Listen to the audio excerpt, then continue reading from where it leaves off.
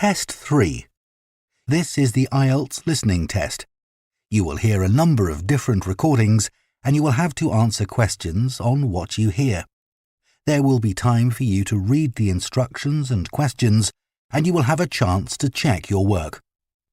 All the recordings will be played once only. The test is in 4 parts. At the end of the test, you will be given 10 minutes to transfer your answers to the answer sheet. Now turn to Part 1.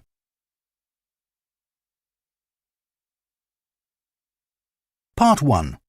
You will hear a man called Jack giving advice to a friend about surfing holidays.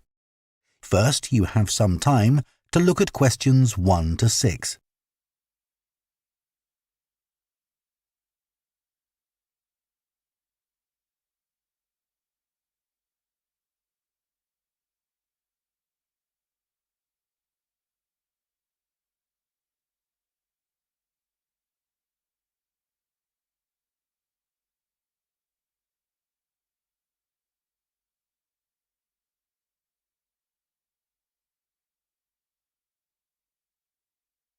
Now listen carefully and answer questions 1 to 6. Jack, I'm thinking of taking the kids to the seaside on a surfing holiday this summer, and I wanted to ask your advice, as I know you're such an expert. Well, I don't know about that. But yes, I've done a bit of surfing over the years. I'd thoroughly recommend it. I think it's the kind of holiday all the family can enjoy together. The thing about surfing is that it's great for all ages and all abilities. My youngest started when he was only 3. Wow! But it's quite physically demanding, isn't it? I've heard you need to be pretty fit. Yes, you'll certainly learn more quickly and won't tire as easily. Well, that should be okay for us. You've been surfing a few times in Ireland, haven't you? Yes, there's some great surfing there, which people don't always realise. And which locations would you recommend? There seem to be quite a few. Yes, there are loads. Last year we went to County Donegal. There are several great places to surf there. What about in County Clare? I read that's also really good for surfing. Yes, it is. I've been there a few times. Most people go to Lahinch. My kids love it there. The waves aren't too challenging and the town is very lively. Are there good hotels there? Yes, some very nice ones. And there are also a few basic hostels and campsites. It's great if you need lessons, as the surf schools are excellent. Sounds good. Yes, and there's lots to see in the area, like those well-known cliffs. I've forgotten the name of them. Oh, don't worry. I can look them up. I've also been surfing in County Mayo, which is less well known for surfing, but we had a really good time. That was a few years ago when the kids were younger. There's a good surf school at Carraniskey Beach. How do you spell that? CARROWNISKEY.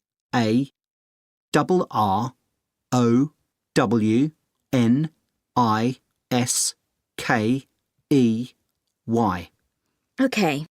I put the kids into the surf camp they run during the summer for 10 to 16-year-olds. Oh, right. How long was that for? 3 hours every day for a week. It was perfect. They were so tired out after that. I can imagine. One thing we did while the kids were surfing was to rent some kayaks to have a look around the bay, which is nearby. It's really beautiful. Oh, I'd love to do that.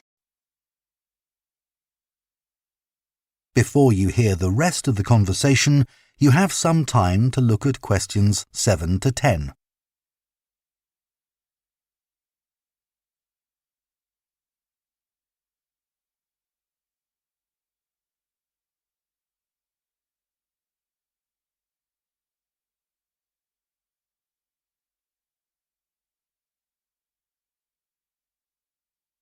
Now listen and answer questions 7 to 10. Now, the only time I went to Ireland, it rained practically every day. Yes, that can be a problem. But you can surf in the rain, you know. It doesn't have the same appeal somehow. Well, the weather's been fine the last couple of years when I've been there, but actually it tends to rain more in August than in the spring or autumn. September's my favourite month because the water is warmer then. The only problem is that the kids are back to school then. I know. But one good thing about Irish summers is that it doesn't get too hot. The average temperature is about 19 degrees, and it usually doesn't go above 25 degrees. That sounds all right. Now, what about costs?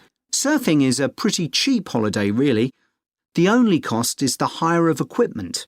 You can expect to pay a daily rate of about €30 for the hire of a wetsuit and board. But you can save about €40 if you hire by the week. That's not too bad. No. It's important to make sure you get good quality wetsuits. You'll all get too cold if you don't. And make sure you also get boots. They keep your feet warm, and it's easier to surf with them on too. OK, well, thanks very much for that. That is the end of Part 1. You now have half a minute to check your answers to Part 1.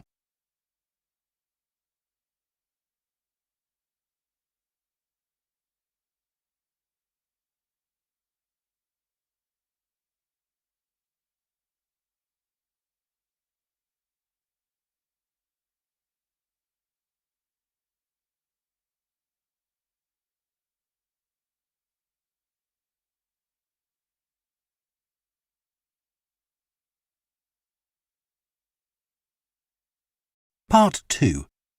You will hear the manager of a childcare service at a primary school talking to parents at an open day about the school's childcare service offered before and after school. First, you have some time to look at questions 11 to 15.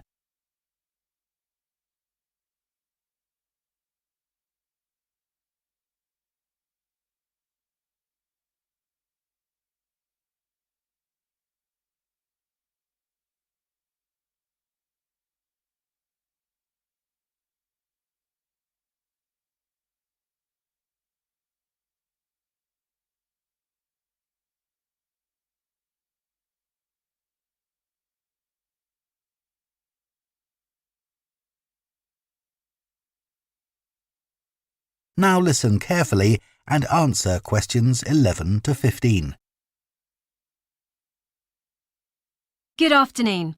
My name's Mrs. Carter and I run the before and after school extended hours childcare service.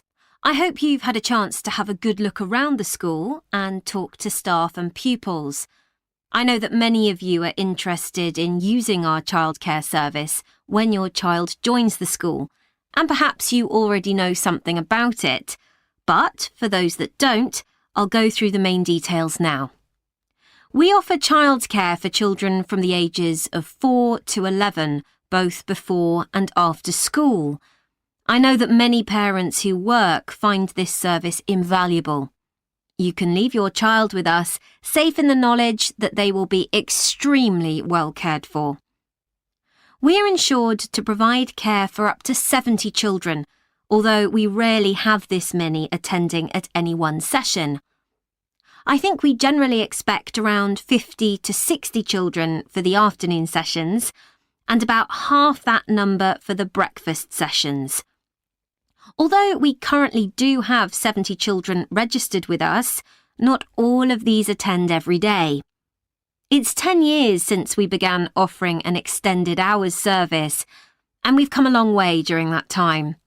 When we first opened, we only had about 20 children attending regularly. We try to keep our costs as low as we can, and we think we provide very good value for money. For the afternoon sessions, which run from 3:30 until 6 p.m, it's £7.20. But if you prefer, you can pay for 1 hour only, which costs £3.50, or 2 hours, which costs £5.70. The cost of the childcare includes food and snacks. They'll be given breakfast in the morning and in the afternoon, a healthy snack as soon as they finish school. At 5 p.m, children are given something more substantial, such as pasta or a casserole. Please inform us of any allergies that your child might have, and we'll make sure they're offered a suitable alternative. As you may know, the childcare service runs through the school holidays from 8 a.m. to 6 p.m. We offer a really varied and exciting programme to keep the children entertained. We don't want them to feel as if they are still at school. It will also feel different because they'll get the chance to make new friends with children from other schools.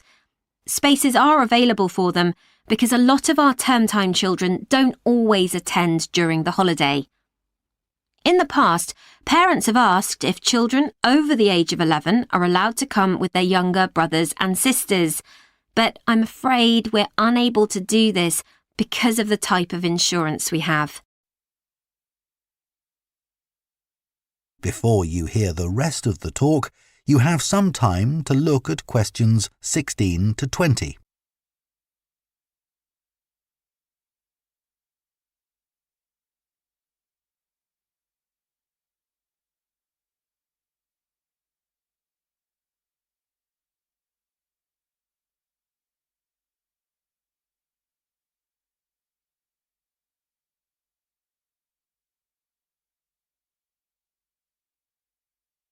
Now listen and answer questions 16 to 20.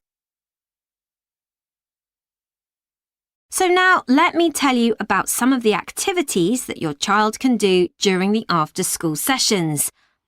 As well as being able to use the playground equipment, computers, and the library, there is usually at least one special activity that children can do each day. For example, Spanish. We have a specialist teacher coming in every Thursday to give a basic introduction to the language through games and songs. She does 2 sessions, one for the over 8s and one for the younger children. This is the only activity which we have to make an extra charge for, but it's well worth it.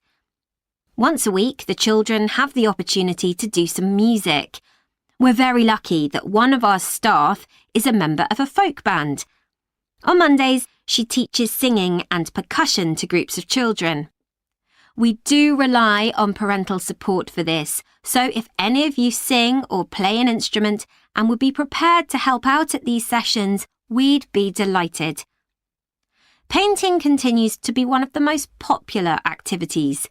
To begin with, we weren't keen on offering this because of the extra mess involved, but children kept asking if they could do some art, and so we finally gave in. Art is great for helping the children to relax after working hard at school all day. Yoga is something that we've been meaning to introduce for some time, but haven't been able to find anyone available to teach it. Until now, that is. So we'll see how this goes. Hopefully, children will benefit in all sorts of ways from this. Cooking is another popular activity. They make a different sort of cake or pizza or bread each week. Although the younger children love doing it, we found that the mess was just too much. So we've decided to restrict this to the over 8s, as they are better able to clean up after themselves. That is the end of Part 2. You now have half a minute to check your answers to Part 2.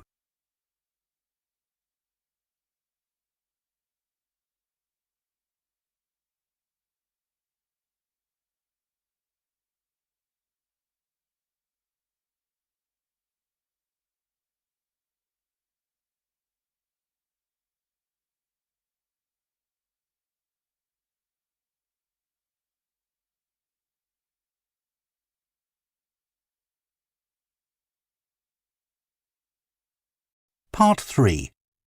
You will hear Holly, a student on an events management course, talking to her tutor about her work placement. First, you have some time to look at questions 21 to 24.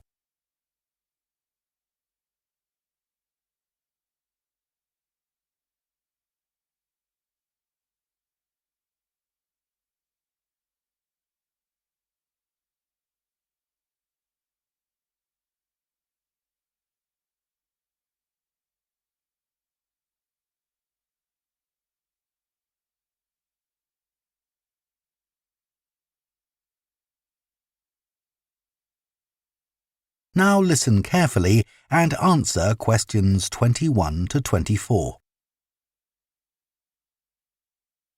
Hello, Dr. Green. I'm here to talk to you about my work placement. Oh, yes, it's Holly, isn't it? Yes, So, which work placement have you chosen? I decided to go for the Orion Stadium placement. The event I'll be managing is one where I'm helping to set up a sports competition for primary school children. Yep, that's always a popular placement, even though it can be tougher than you think, working with children. I know, but it's the fresh air that attracts me. Organising something indoors doesn't have the same appeal, even though it might be fun.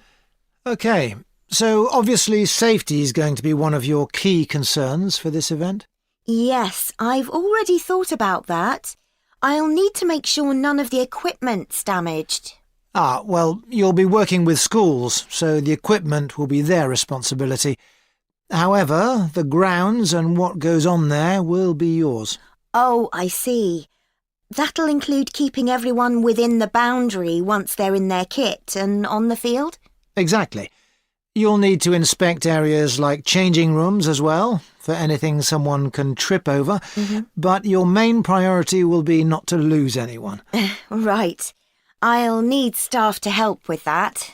And don't forget about the spectators. I was thinking that many of them will be parents who could help run the event. I wouldn't rely on that. They'll be more interested in filming their children than volunteering. I'll need to make sure they don't interfere with events doing that. And that's not always easy, especially when a proud parent's trying to get a snap of their child and you want them to move elsewhere. OK. What about the scheduling?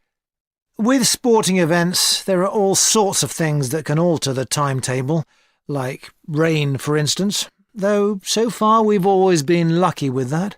Yeah, and I was thinking about what to do if someone got hurt as well.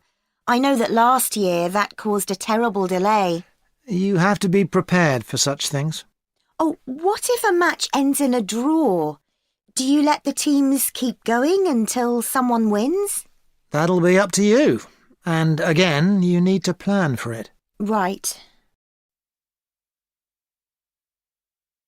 Before you hear the rest of the discussion, you have some time to look at questions 25 to 30.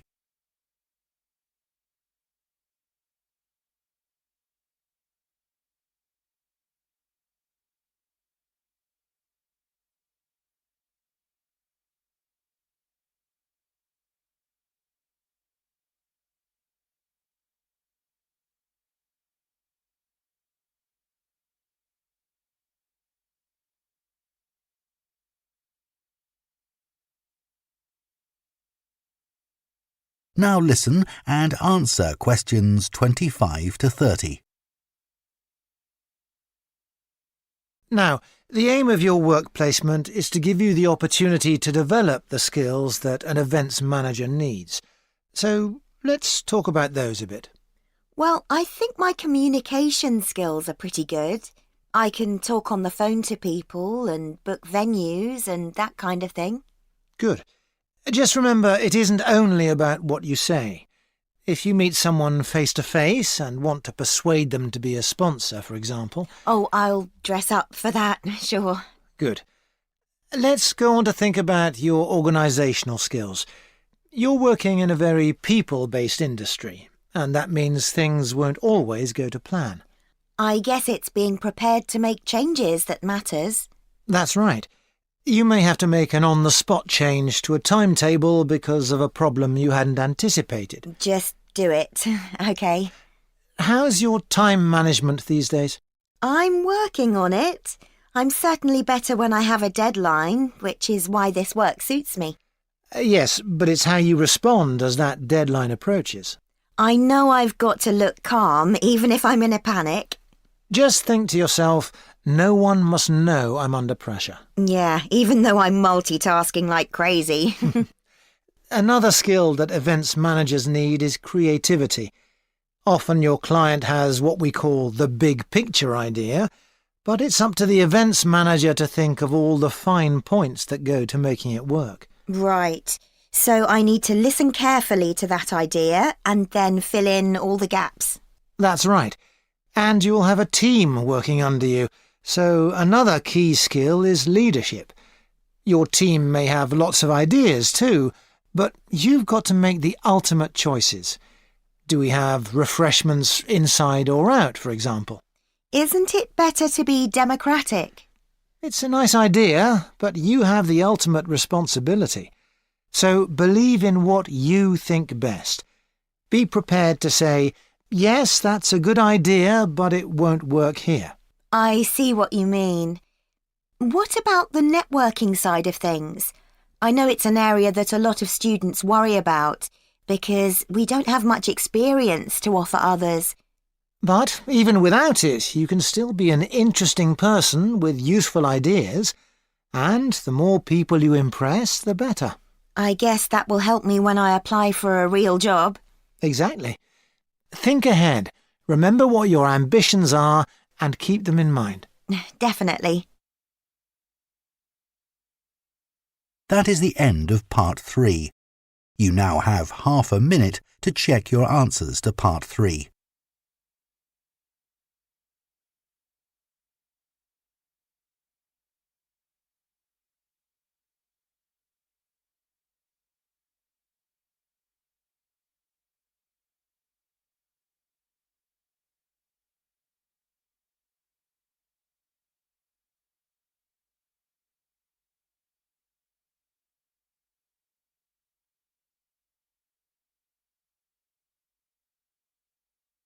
Part 4.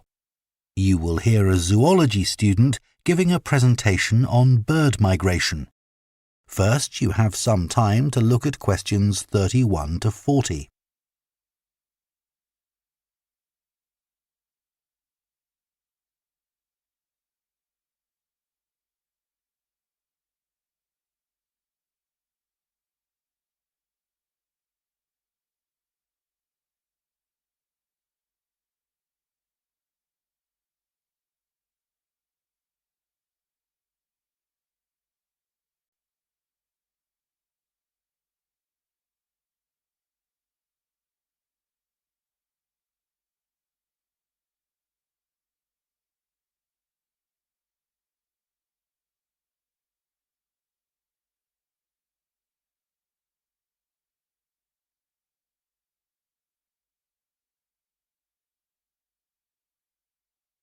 Now listen carefully and answer questions 31 to 40.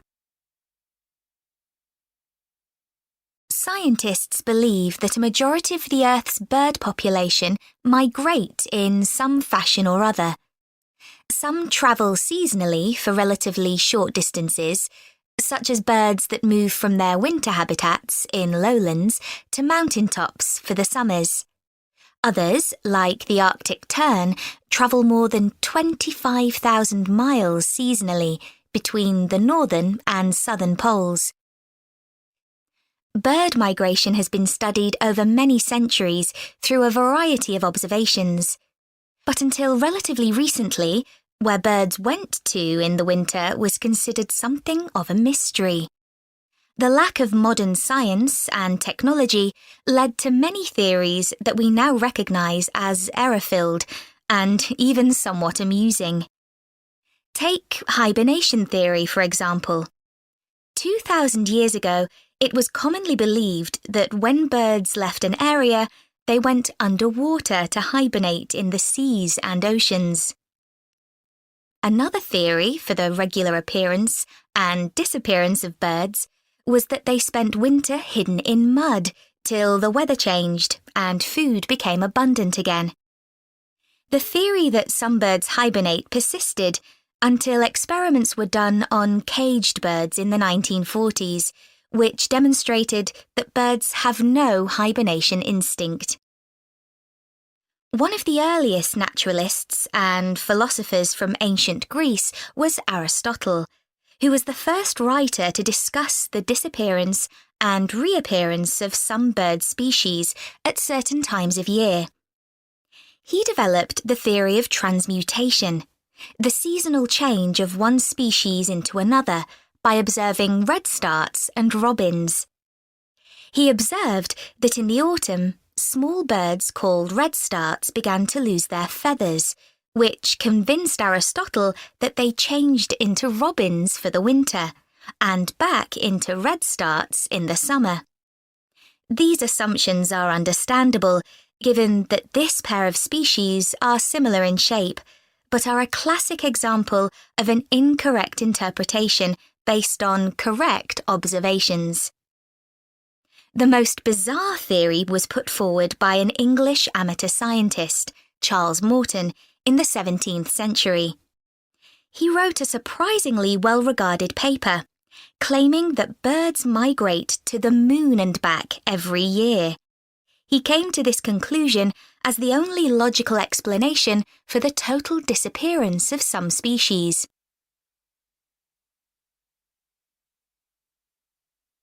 One of the key moments in the development of migration theory came in 1822, when a white stork was shot in Germany.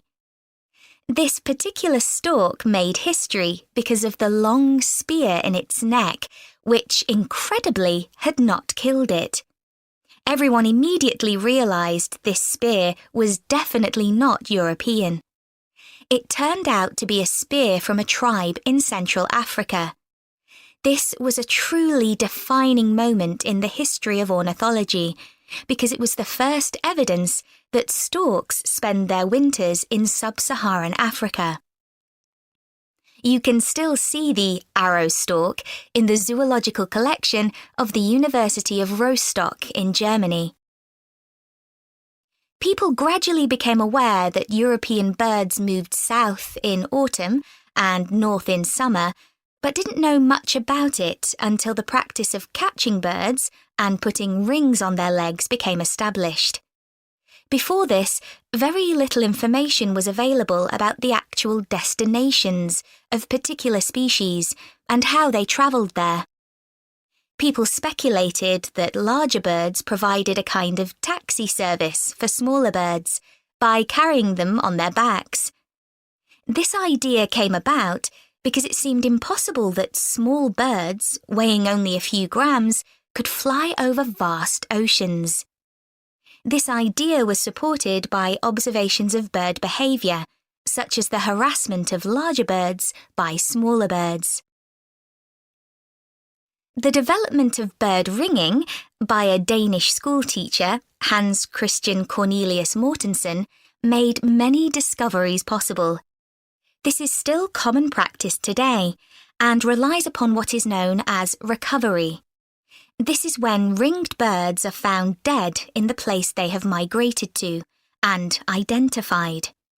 Huge amounts of data were gathered in the early part of the 20th century, and for the first time in history, people understood where birds actually went to in winter. In 1931, an atlas was published showing where the most common species of European birds migrated to. More recent theories about bird migration vary widely. That is the end of Part 4. You now have 1 minute to check your answers to Part 4.